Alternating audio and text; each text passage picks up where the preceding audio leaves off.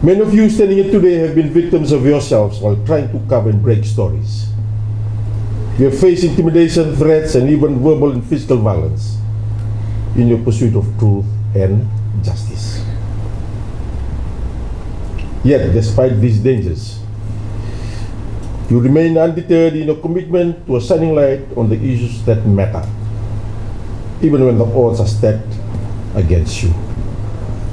A classic example of such lens can be seen in the history of Fiji, where the Media Industry Development Authority, MIDA Act, was initially proclaimed during the military regime that came into power after 2006 Fiji coup. MIDA established the Media Industry Development Authority, which regulated the media organizations and its media content in the country. What I would call the very dark days of Fiji.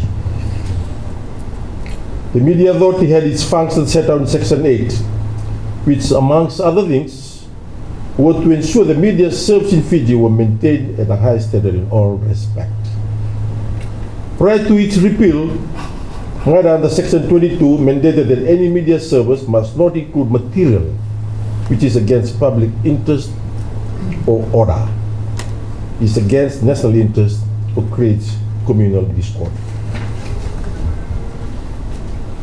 The law imposed several regulations on journalists, including restrictions on reporting government activities, with harsh penalties for breaches, including fines up to $100,000 or 2 years imprisonment, and journalists unable to report freely or share information with the public under the Fiji First government.